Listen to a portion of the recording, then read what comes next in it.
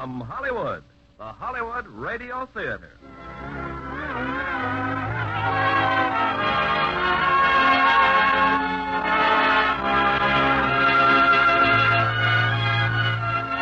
Starring Cary Grant and Phyllis Thaxter in I Confess. Ladies and gentlemen, your producer, Mr. Irving Cummings.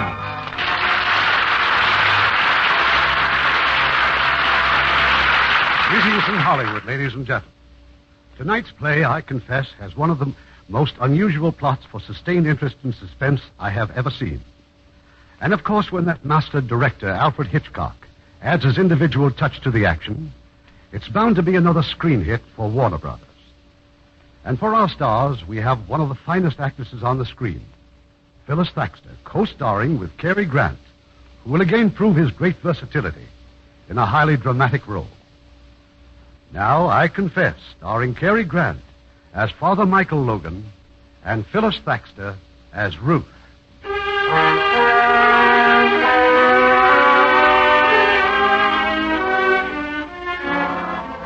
Night, the venerable city of Quebec. In the moonlight, the narrow cobble-side streets are all but deserted. A man, wearing the cassock of a priest, has darted into the rectory of a church. He sheds the cassock, and now he enters the church itself. Who is it? Who's there? It's Father Logan. Oh, Father Logan. I did not recognize you in the dark. Is that you, Keller? Yes, Father. Now, what are you doing here this time of night? I came in to pray. Is something wrong? Can I help you? No one can help me. I have abused your kindness. How? You who gave my wife and me a home here, right with the church, a job, even friendship. To me, a refugee, a German. Now you will hate me. No, I don't hate anyone, Keller. Well, you will hate me. But it was for her, for my wife. She worked so hard, Father. It breaks my heart. Keller, what is it? I must confess to you. I want to make a confession. All right, we'll go to the confessional. Yes. I want you to hear my confession.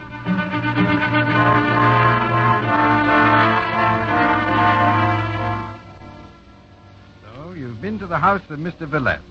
Go on, Keller. Yes, Villette, the lawyer. I killed Mr. Villette. Keller. I went to steal his money. I wore a cassock. If anyone saw me, they would think I was a priest. I was looking for the money when Villette surprised me. I did not mean to kill him. You must believe me, Father. I did not mean to kill him.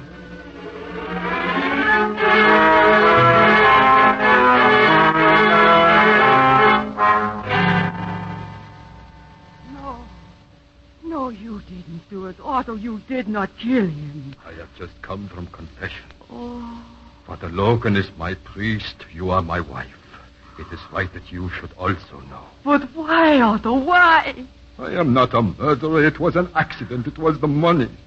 How could I watch you work so hard? I lie awake night after night, and I think all we need is $2,000, Alma. With $2,000, we can start a new life.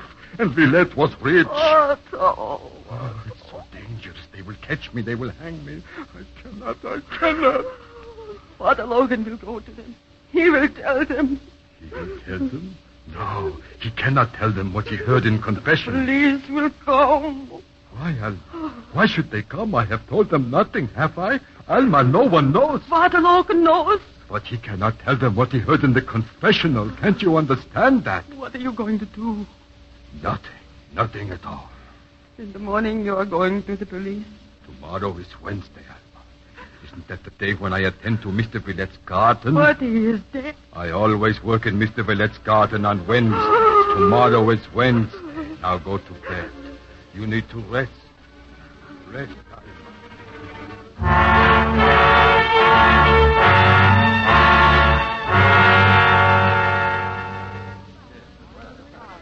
Can I help you, Father? We're trying to keep this crowd away from the house. You are the police? Yes. You've heard, haven't you, Mr. Villette's been murdered? Yes. I had an appointment here this morning. With Villette? Yes. Is there anything I can do? Well, if you had an appointment, you better go in the house. Do you mind? Not at all. Inspector LaRue's in there. Maybe he'd like to talk to you. This way.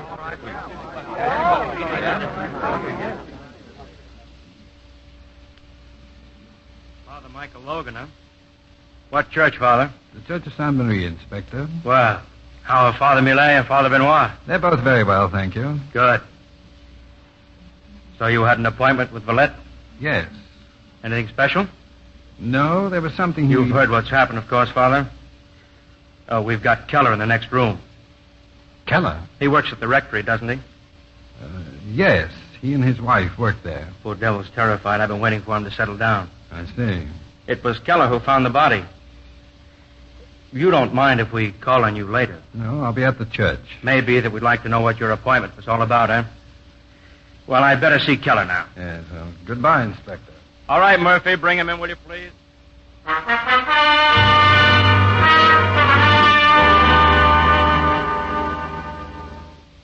have told policemen. I have told them everything. There's no need to be frightened, Keller. Now, how did you find the body? This morning I arrived as usual at 8:30. I came inside. You have a key to this house? No, the door was open. It frightened me. An open door? Why? The door was always locked. I went in and there he was.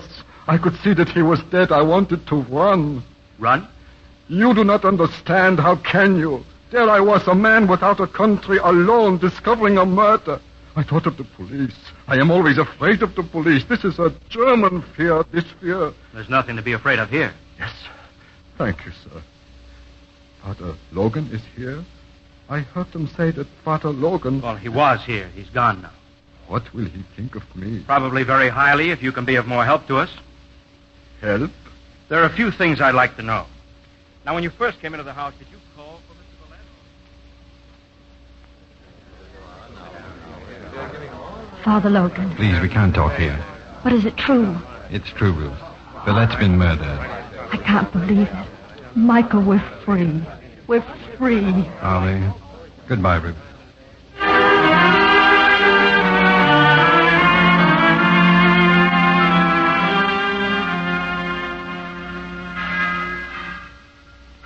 Father Logan? Come in, Keller. The police, they sent me home. I must talk to you, Father. Why? Why did you come to Villette's house? I know what you must think of me, but I can't give myself up. They would hang me. Has not God forgiven me, thanks to you? But the police never would. I don't know what you're talking about. I confess to you. It was my confession. You must tell me what to do. There's nothing I can add to what I've already said. You are so good, Father. It's easy for you to be good. Have you no pity for me? Otto? Alma? Father Benoit here. Will you please mend the tire on his bicycle? Yes, right away. The front tire, he left it at the back door. Please, Father. You'd better go now and fix the tire.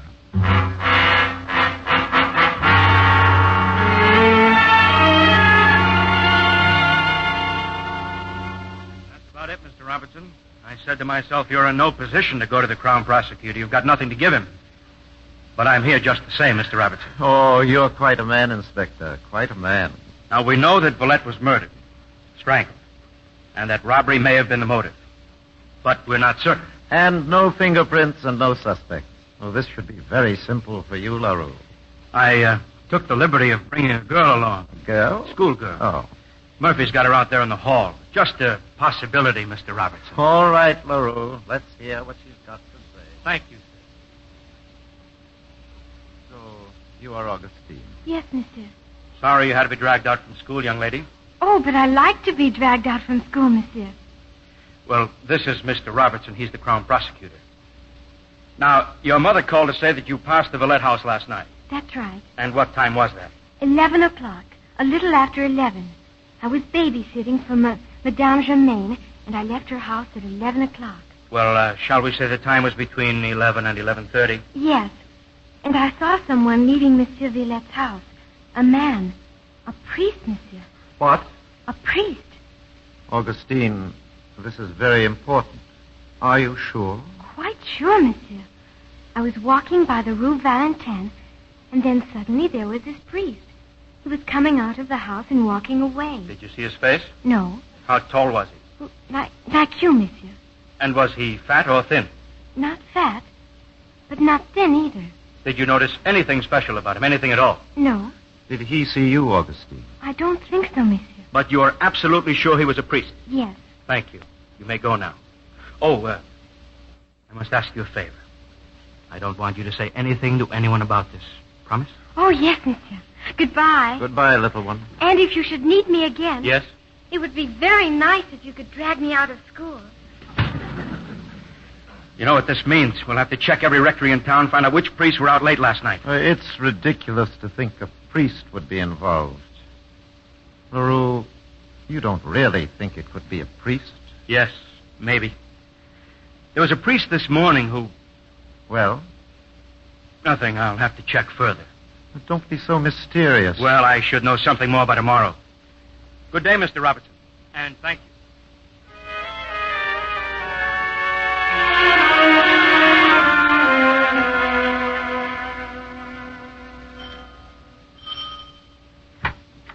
Inspector. Evening, Keller. Father Logan. Do you suppose I could see him? Father Logan? Oh, sit down, please. I'll see if I can find him. Thank you. Who at the door? A man to see Father Logan. They drove away in the man's car. Alma, have you washed the cassock? Not yet. Where is it? Upstairs in our room. Do not wash it. I do not want it washed. But why? Listen to me. There is something you must never forget.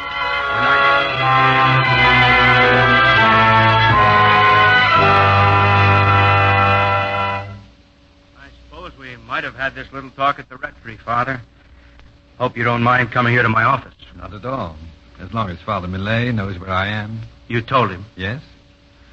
Unpleasant bit of business, isn't it, Father?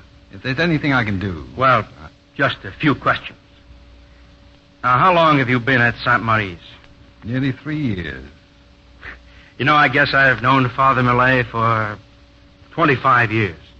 I was a choir boy when he was over at the Basilica. Yes, he told me tonight what a fine voice you have. He's just forgotten, that's all. I hear you were in the Army. Yes. Got the military cross, Yes. You seem to have done a number of brave things. Well, I survived. Are you given to understatement, Father? Well, that depends. Now, this case, this Villette murder, it's all understatement so far. You knew Villette, right? Yes, slightly. Well, then maybe you can help me. What was he like, Father? No, I didn't know him well. Well, did you know him socially or in a business sort of way? Actually, neither. I met him once many years ago. Cigarette? Thank you, no. It's a funny thing. No one seems to have known this Villette, really known him. Yet he was a lawyer, had clients. Not one of them has any information that means anything. May I ask what you were going to see him about yesterday morning? Well, that was a personal matter. Well, were you acting for someone, Father? One of your parishioners, perhaps? I can only tell you that my visit had nothing to do with Villette's death. Oh, of course it didn't. But you do understand, don't you, that I must consider every scrap of information? Yes. When a crime's been committed, each scrap of information is important to us. Of course. I know sometimes it seems like prying. It can be very embarrassing. Oh, I'm not embarrassed, Inspector. Good. Well, I've been wondering about that lady you met outside Villette's house. She was in that crowd out there. I just happened to glance out the window when I saw you talking to her. Inspector, the appointment I had with Villette could not be of any importance to you. Oh, but we're not discussing that at the moment, Father. You see, with a murder, one has to jump from one detail to another. Forgive me, I guess I jumped too abruptly for you. Well, perhaps I just don't follow as fast as you jump. I'm sorry. See, I have a methodical mind. I have to take things one by one. Well, about this lady you met out there on the sidewalk. I wish I could discuss it, but I can't. May I ask who she is? She isn't involved. Excuse me, Father, but that's something for me to decide. I know. But you'll have to take my word for it. She's not involved. Your word. I respect your word, but I need help. I'm not able to help. I see. I just don't want all this mystification to make things too awkward for you, Father. Awkward for me? A priest was seen leaving Villette's house at the time of the murder. I saw a priest outside Villette's house the next morning. Well, Father? Well? Too much mystification might lead one to believe that both priests were one and the same, mightn't it? What do you have to say? What would you want me to say? That's up to you. Well, then, I'd say that a man of intelligence would not be led to believe anything on so little evidence. You're perfectly right. We've checked on every priest in Quebec. Each can account for his movements at the time of the murder. That is, each, except one. Where were you at 11 o'clock, Father? I was walking. Alone? No. Good. Now, if you'll just give me the name and address of the person. I can't. Father, don't you want to help me? I've done my best. But you refuse to answer my question. I know, and I'm sorry, but it isn't possible for me to answer them. It's a pity. A great pity. But I thank you for coming, Father. Good night. Good night, Inspector.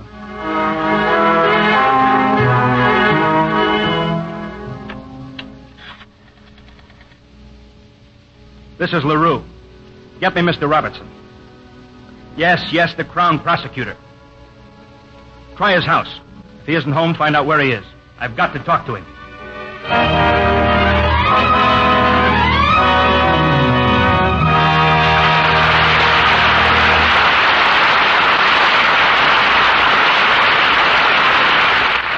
You know, sometimes a soldier finds his greatest opportunities for service in something outside the line of duty. Such a man is Sergeant Werner Krenzer.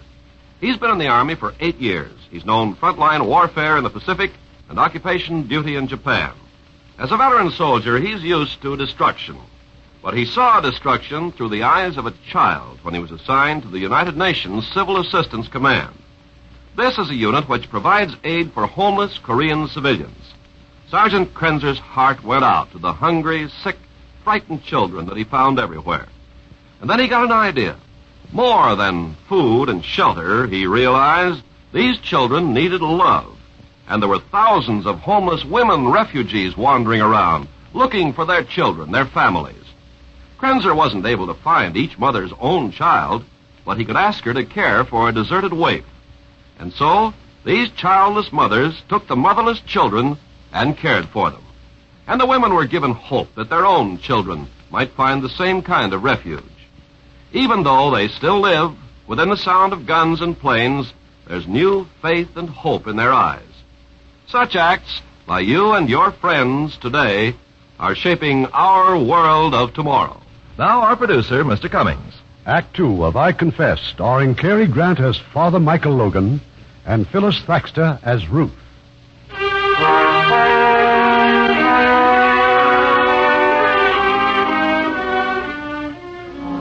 It's a few moments later. Mr. Robertson, the Crown Prosecutor, is not at home. But Inspector LaRue has found him. He's been a guest tonight in the home of some old friends, Pierre Granfort and his wife, Ruth. Sorry, Ruth. Looks like I've got to say goodnight. That phone call just now. It's about that Villette murder. Don't look so unhappy, Willie. Well, there's a very unpleasant angle. A priest is under suspicion. What nonsense. Well, he was seen leaving Villette's house. Which priest? Do they know his name? Inspector LaRue thinks it's a Father Logan from St. Marie's. Well, I hate to leave. Thanks for a lovely dinner. Good night, Willie. Oh, no, don't come to the door. See you soon, Pierre. Stop worrying. It's ridiculous. Why on earth would Father Logan... Shut up. Oh, please, shut up. I'm sorry. You're still in love with him. Am I? You never spoke about it. And I'm not going to speak about it now. But you are going to speak about it. I'm not going on like this. Do whatever you wish. It's very simple, isn't it? What does one do when his wife's in love with a priest? You can leave me. How easily you can say that. I'm not in love with you. I have never been in love with you. You know that. I never wanted to believe it. That's not my fault. I've never pretended anything with you. I hope he's in trouble. Terrible trouble. Oh, Michael. Michael.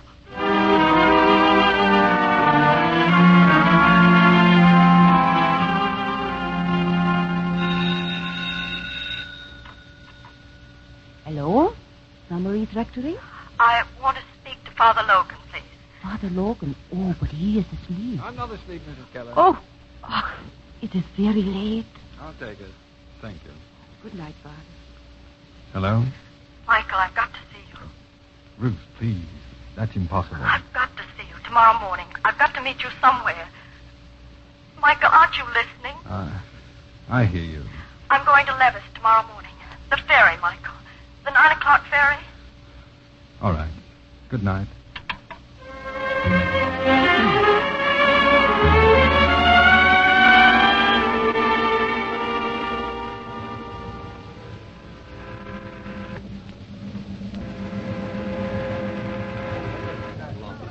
Good morning.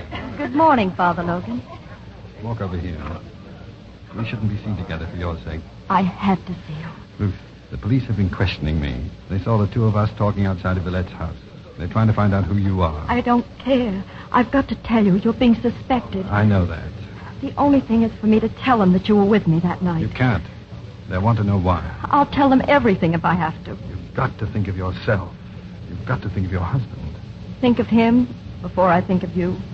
I've never been able to do that. You must. It's too late to think of him. I'm not that good. I love you. I've always been in love with you.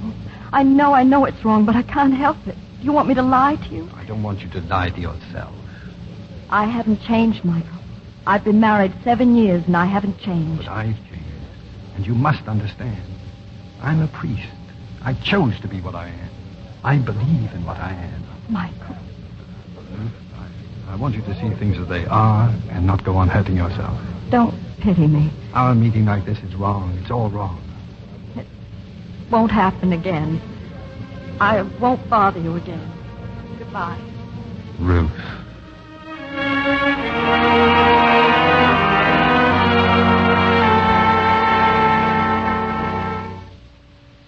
Who was it? Who just telephoned? Willie Robertson. He wants me to come to his office now. Why? I was seen on the ferry this morning with Michael Logan. Apparently I was being followed by a detective. Would you like to tell me what you're going to do? Answer whatever questions they ask me. I'm going to tell them why Michael could not have killed Villette. Oh. Has Father Logan cleared himself to your satisfaction? He didn't have to. I was with him at the time. Would you like me to go with you? I'm in no position to ask favors, am I? Get ready. I'll get the car. Thank you.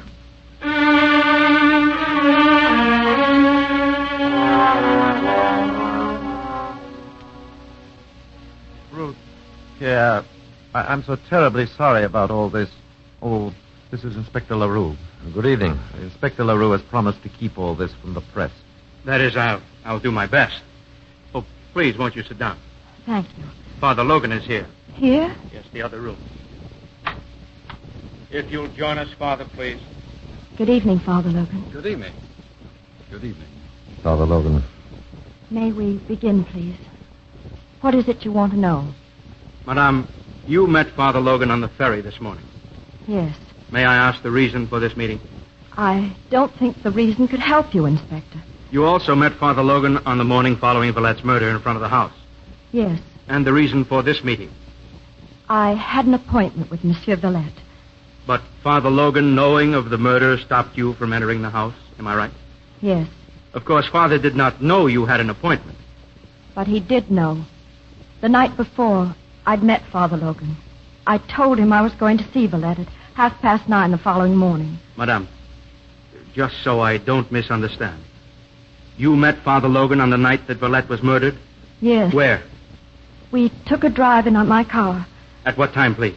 Between 9 and 11. Are you sure of the time, Madame? Yes, I came home just after 11. My husband had come in just 5 minutes before. That's correct, Inspector. You told your husband that you'd just seen Father Logan? No, I did not tell my husband. Inspector, I beg you. Must your questions be so personal? Madame, do you understand why I must ask these questions? Yes. And I came here to tell you that Father Logan could not have been involved in Monsieur Villette's death, because I was with him at the time. I accept everything you have said, Madame. But I must know the reason for your appointment with Villette. Villette was blackmailing me. He was what? I met Father Logan to ask his advice. But your husband? You had not told your husband about this? No, it was nothing to do with my husband. You turned to Father Logan for advice, but not to your husband. Father Logan is an old friend. Then he knew that you were being blackmailed. How could he? I hadn't seen him in years. But you just called him an old friend. Inspector LaRue. Yes, just a moment, LaRue. My wife is not under oath. She doesn't have to answer these questions. Monsieur, I have only one more question. Why were you being blackmailed, Madame? You needn't answer that. Why shouldn't she? Ruth, it isn't necessary. Don't answer. Madame, are you trying to protect Father Logan? From what? He hasn't done anything. It would seem as if he had. You don't care whom I hurt, do you? Just as long as I answer your question. Madame, a man has been murdered. Ruth, if you If you think you'd like the advice of a lawyer... Thanks, Willie. I don't think that will be necessary. The blackmail was about me and Father Logan, Inspector. You were aware of this, Father? Yes. If you will continue, Madame. I'll have to go back a long time, to the beginning of the war. It was long before Michael had entered the church. He was working then for the government, and we'd fallen in love. He was one of the first to volunteer. I hated him for that. I was selfish even then. He took things so seriously. War and love. Yes, even love. I begged him to marry me before he left, but he wouldn't. It seemed so long ago. Ruth, how could you talk of our getting married? You know I'll be shipping out soon. Oh, but darling, that's why I want to marry you. Aren't there enough widows as it is? Michael. You think I don't love you enough. I love you too much. Much too much. Don't you see? There's just no telling when I'll get back. Or if I ever will. Meanwhile, you'd better forget about me. How can you say that if you love me? If I love you. There never can be anyone else. Never. Ruth, won't you understand? It's so unfair to you. You think it's fair to tell me to forget you? You know something? You're a very stubborn girl, aren't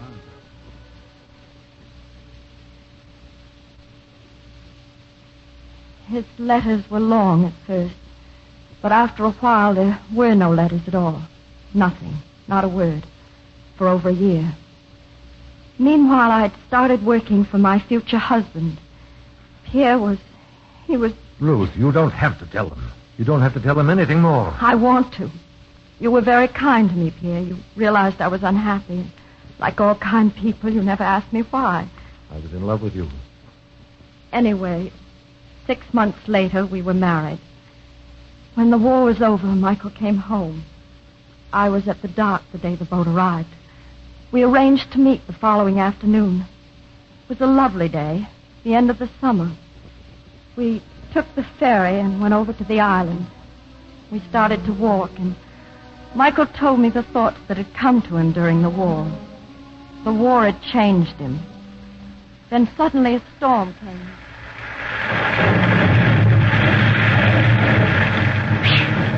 Well, this won't do at all, will it? You don't even have a jacket. Oh, what's a little rain? Come on, let's run for it. There must be some place we can go. Where are we, anyway? Oh, I don't know.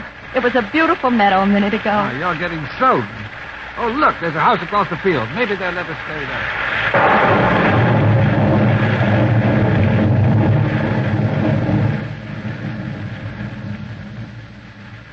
The house was closed, Inspector. Locked. The storm grew worse. There was a summer house in the garden, a roof and lattice and ivy. It was the only shelter we could find. Sometime during the night, the rain stopped.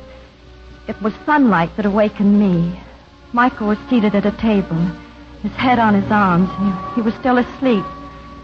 And then a man came walking through the garden.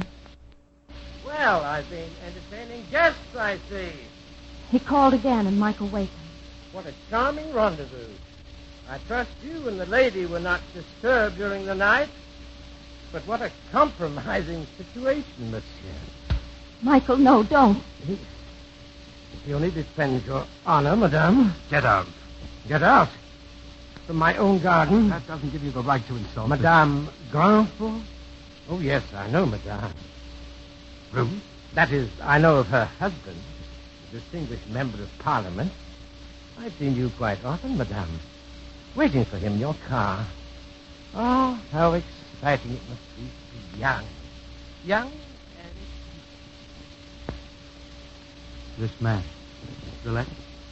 Villette. What could I say to Michael? I hadn't told him I was married. Father? Let her continue. I didn't see Michael again for 5 years. Nor Villette either. Not till the day that Michael was ordained a priest. Villette attended the ceremony. And after that, I started to run into him all the time. One day as I left the house, he was waiting for me on the side.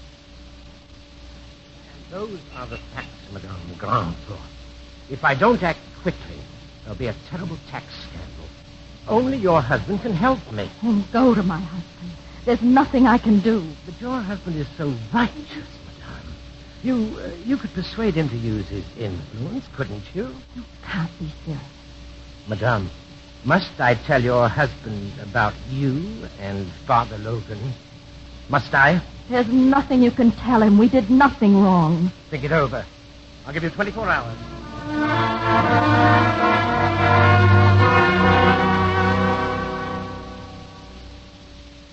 I was helpless, frantic. If Villette started to talk, Pierre's career in politics would be finished. I thought that maybe Michael might help. I telephoned him at the rectory. We met that night. As we drove around the city, I told him what had happened. I want you to take me back to the rectory, Ruth, and then I want you to go home. What are you going to do? Leave Villette to me. I'll talk to him. Can you meet me in front of his house tomorrow morning, say at 9:30? Yes, of course. It'll be all right, Ruth. Villette will listen to reason. Don't worry about it anymore. So that explains your appointment with Villette.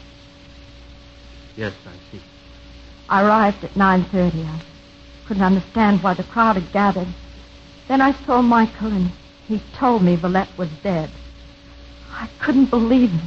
I was free. The rest you know. Some of it, anyway. Inspector, may my wife leave now? Certainly. Father Logan has his alibi now, doesn't he, Willie? Of course. Thank you. Ruth, come. Good night. Thank you, Madame, for your help today. Yeah. Would you like to go now, Father? I said, would you like to go now? Go? It's been a terrible ordeal. We're very grateful. Yes. Good night. Well, it's over, Inspector. Is it, sir? I'd like you to see this report. What report? Dr. Bonnard, the autopsy surgeon. He claims that Villette could not have died before 11:30. Oh, wait Madame a moment. Brownforth said that she left Father Logan at 11. You can do a lot of things in 30 minutes. I had never quite understood why Father Logan should have killed Villette. But now I think I can understand. And I thought it was over. I'm afraid not, Mr. Robertson. Only beginning.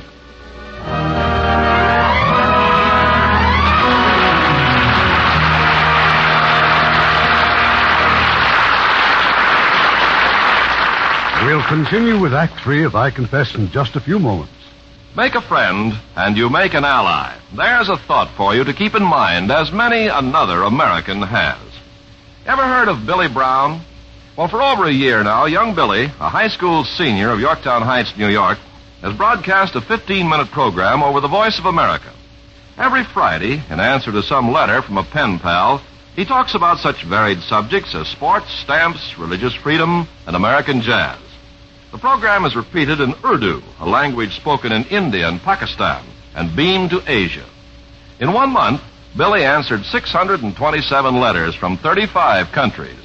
When one pen pal asked about student government in American high schools, Billy tape recorded a 5-minute student meeting in his school. For a while, it looked as if Billy's program might be discontinued, but it had become so successful that the local Rotary Club set up a special committee to raise funds for its continuation and for the purchase of postage and stationery so Billy could continue to correspond personally with his overseas pen pals. Recently, Pakistan's ambassador to the U.S. and his family visited Billy at his home for a weekend. And later, the envoy invited the Brown family to Washington, where Billy received a reward for his, as the citation read, contribution to the growing spirit of brotherhood between the youth of America and the youth of Pakistan. Although Billy Brown plans to enter law school, he hopes to continue with his radio program, for, like so many other Americans, he's discovered that by helping others, you help your country.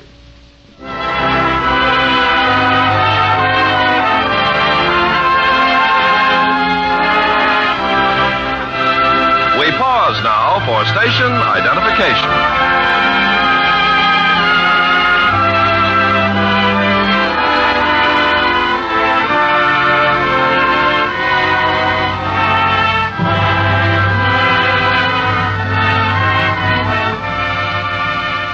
The curtain rises on Act 3 of I Confess, starring Cary Grant as Father Michael Logan and Phyllis Thaxter as Ruth.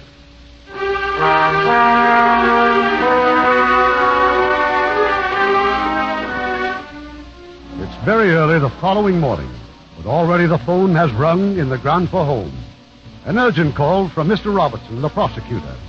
And now Ruth has rushed to the church of Sainte Marie. But I can't talk to you now, Ruth. There are people waiting at the confessional. Mr. Robertson phoned. They're going to arrest you. Oh, Michael, what can we do? I don't know. You're not going to let them bring you to trial. Don't you know what that would mean? I've done this to you. I've done it all. No, you mustn't say that. They're going to call me as a witness, and all because of what I told them last night. They claim I've given them the motive they've been waiting for. Ruth, please. I must go now. I should have lied, but I told the truth. And now they'll twist everything I've said. They'll turn it. They'll use it. I wanted to help you. To help you. Well, it doesn't matter. There's nothing either of us can do.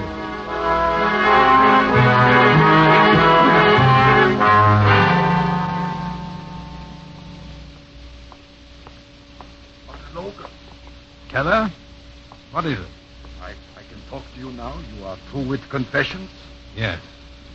You have been talking to the police. They asked about me. You told them about me? I'm going to be arrested, Keller. You? You are trying to frighten me. You think by telling me that I will give myself up. So what are you going to do when they arrest you? I don't know. You are frightened. Maybe they will hang you instead of me, and that frightens you. But you can't tell them, can you? You can't tell them as long as you are a priest.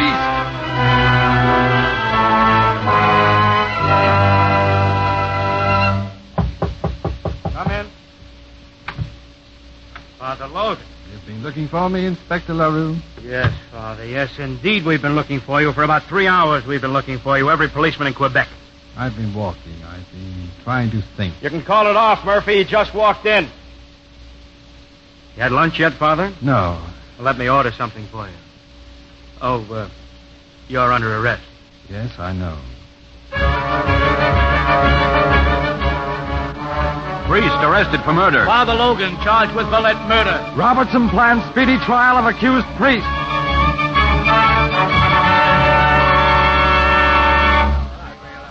So, if you will tell the court once again, Sergeant Murphy, where did you find this priestly garment, this cassock? The rectory, sir. Father Logan's room. I found it hidden in his trunk. Hidden? Objection, my lord. On what grounds can the witness claim the article was hidden? Sustained. Sorry, my lord. The Crown is content to establish only the fact that the cassock was in the accused's trunk. Now then, Sergeant, what did the police do with this cassock? We sent it to Dr. Bernard, pathologist at Laval University. I have his signed report here, sir. It's Dr. Bernard's opinion that the cassock was stained with human blood. Whose blood? The report says that the blood type is identical to that of the murdered man, Valette. Thank you. If it please the court, the Crown would like to recall the witness whom we heard yesterday, but very briefly. Will Otto Keller take the stand? Now then, Mr. Keller, you told us yesterday that you spoke with Father Logan on the night of the murder at approximately 11:45 o'clock. Yes, sir. Under what circumstances? My wife was asleep. I was just about to go to bed, so I opened the window. I saw someone entering the church. Who? I could not tell at that distance, sir, so I went downstairs and walked out of the rectory and across to the church. I saw someone kneeling against the altar rail. As he lifted his head, I saw it was Father Logan, sir. Was there anything about his manner that seemed out of the ordinary? He seemed so distressed, sir. I asked him if he were ill. He said no. He said I should go back and leave him alone. Did you go back? No, sir. Father Logan had always been so very kind to my wife and to me. I wanted to help him if I could. Well? He told me again to leave him alone, so I went back to our room. Your witness, Mr. Crawley. The defense waives examination at this time, my lord. Waives examination. Then the Crown calls Madame Granford to the stand. Madame Ruth Granford, please. I can't answer your questions in any other way. How can I, when you repeatedly twist my words around and rephrase them? witness will kindly confine herself to answer as to the facts. Madame Grandfort, you just told us you were in love with the accused prior to the war? Yes. But what we are trying to find out is whether or not you were still in love with the accused on that night of Villette's murder. Yes. Thank you. And how often had you met with him between the night at the summer house on the island and the night Villette was killed? Never. You want this court to believe that a woman in love doesn't make some attempt to meet her lover? My lord. This line of questioning doesn't seem particularly relevant. But it is, my lord. I am trying to discover whether or not Villette's blackmail was based on his knowledge not merely of a single meeting between the accused and the witness, but of a continuous, uninterrupted series of... No, that's not true. It's not true. My lord, the witness appears to be on the verge of hysteria. May I excuse her for the moment and call the accused? Does the defense object? No objections, my lord. Call the accused. Father Michael Lowe.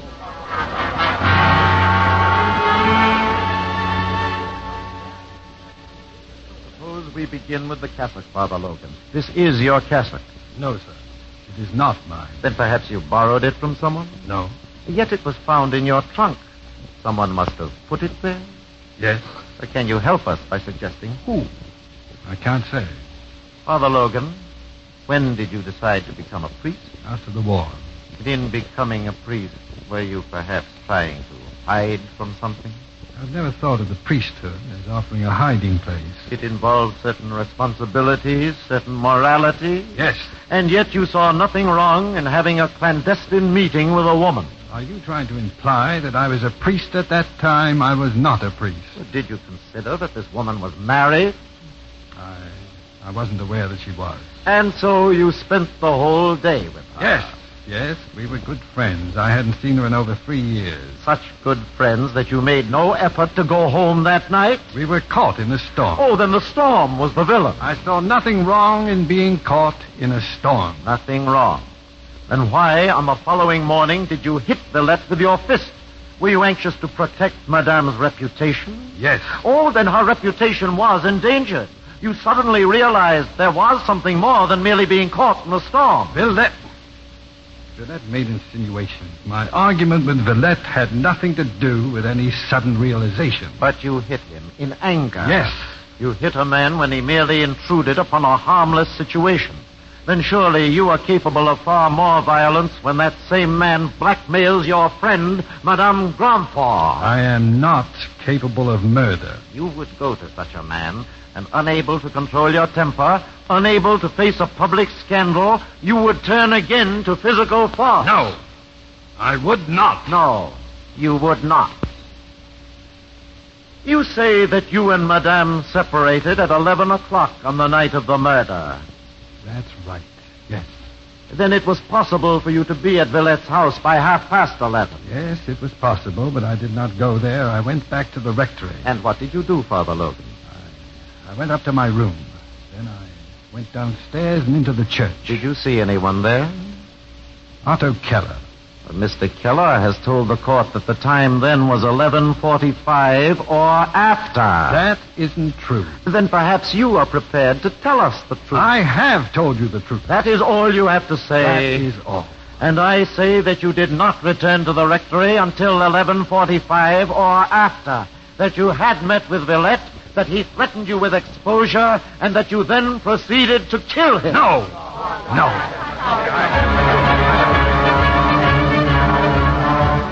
Prosecution rests case. Defense blast circumstantial evidence. Judge charges jury. Church withholds all comment. Verdict awaited. Priest to hang if guilty.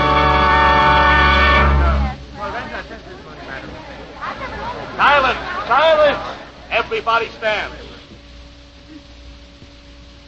Gentlemen of the jury, are you agreed on your verdict? We are. Is Michael Logan guilty of murder or not guilty? While we attach grave suspicions to the accused, we cannot find sufficient evidence to prove that he actually killed Monsieur Villette. Our verdict is not guilty. Silence! Michael Logan, while I have no doubt, as judge of this trial, that the jury reached their conclusions in utmost regard for justice, I must express my personal disagreement with their verdict. Michael Logan, you are hereby discharged, and this court is adjourned.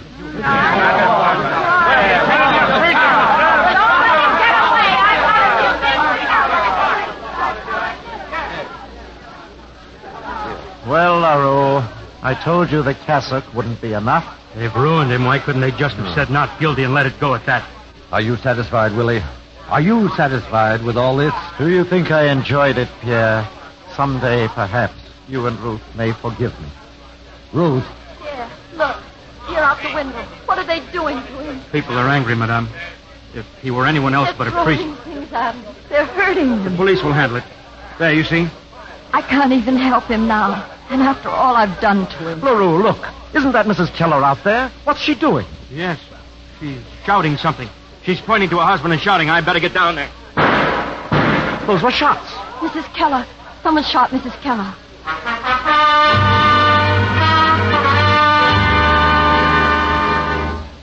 What is it, Murphy? What happened? He was running toward me, Mrs. Keller. She kept shouting, he's innocent. The priest is innocent. Keller was about 20 feet in back of her. He shot her twice. Where is she?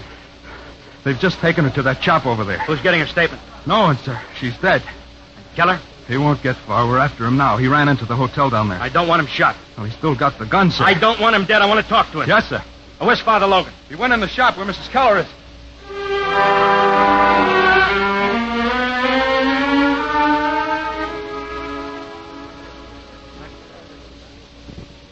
Well, Father? All she was able to say was, forgive me. We should have Keller in a few minutes. Now, what about him? Well, I'm not sure what you mean. Why did he shoot his wife? Why did she say you were innocent? I can't answer that. Keller worked in the rectory. He also worked as Villette's gardener. What else can you tell me about it? Will you let me try to talk to him? We've got to catch him first. All right, Father, come along. He's somewhere in the hotel. Thank you. What are you trying to do, Father? Protect him? I think we better go to the hotel.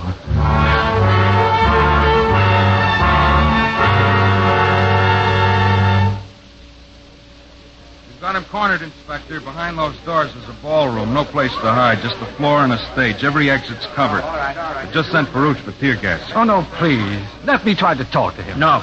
Murphy, open the doors. Now, the rest of you stand back. Ready? Go ahead. Keller? What do you want? I want you to give yourself up. Why would I do that? You shot your wife. Isn't that enough? And what about Villette? Villette? So the priest talked. Logan, where are you, Father Logan? Keller. So you are there. How kindly you hear my confession. And then a little shame, a little violence. That's all it takes to make you talk. I'm going in there. Now get back, Father, or kill you. Oh, you show yourself the hypocrite, the pretender. I thought you would rather die than to betray your faith. Keep him covered, Murphy. Yes, sir. Now get ready. Aim for Keller's shoulder. Make him drop the gun. It'd be easier to hit his leg, sir. Shoulder, the right shoulder. Gonna shoot now, Keller. Drop your gun and we shoot. Oh, no. Don't make them do it, Keller. That is all you have to tell me. Oh. Drop your gun, Otto. There's been enough bloodshed. You must not come closer, Father. I'll shoot you, you know. You won't shoot me, Otto. Why will I not shoot you? Because you call me Otto in such a friendly way, like Alma used to call me Otto. Where is my Alma? She's dead. No. You killed her. It is your fault. Oh, I loved her. It made me cry to see her work so hard. Her poor hands. Her poor, beautiful hands. She can't be dead. She is. And I am as alone as you are. Oh, no. I'm not alone. Yes, you are. To kill you now would be a favor to you. You have no friends. What has happened to your friends? Our Father, they mob you. They spit at you. It would be better if you were as guilty as I. Then they would shoot you quickly. Look. 3 bullets. For you, Father. For you.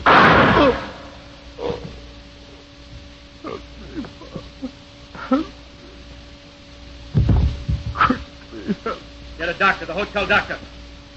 Father, stand back, please, all of you. Forgive me. My head. Hold my head. Yes, Otto. Pray for me. te adoro, in nomine Patris, et Filii, et Spiritus Sancti. Amen.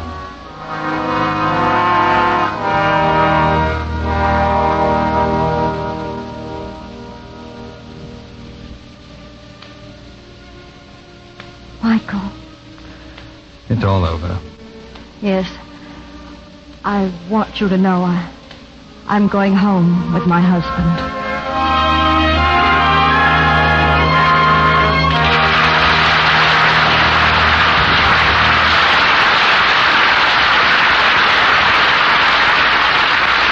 In a moment, our stars will return.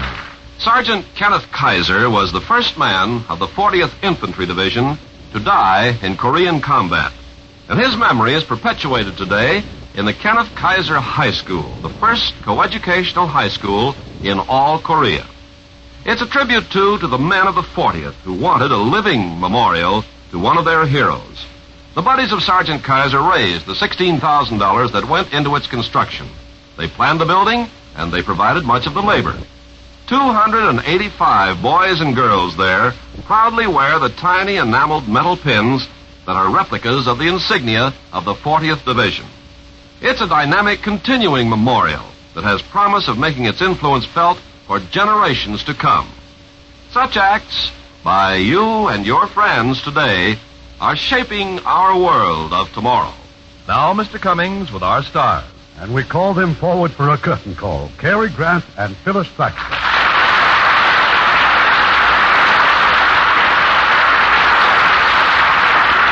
Cary, I certainly enjoyed your work in a dramatic part. I think people are inclined to forget what a fine dramatic actor Cary is. Well, of course. Well, it was nothing. I just play anything at all. Anything from comedy to opera.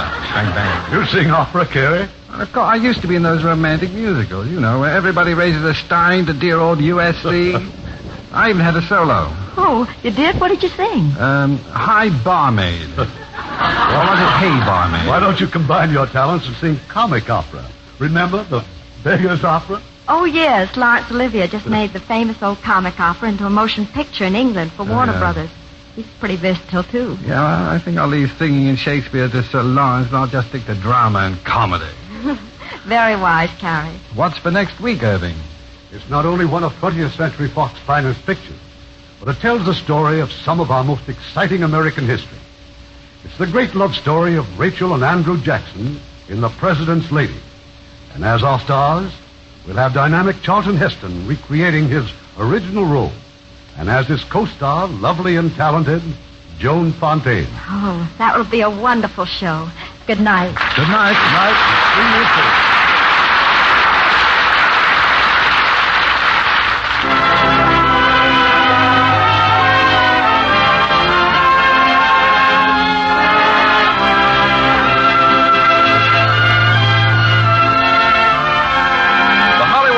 Theater is produced by Mr. Irving Cummings. Our orchestra is under the direction of Rudy Schrager. This is Ken Carpenter inviting you to join us next week at this same time for another presentation of the Hollywood Radio Theater. Hollywood Radio Theater is a presentation of the United States Armed Forces Radio and Television Service.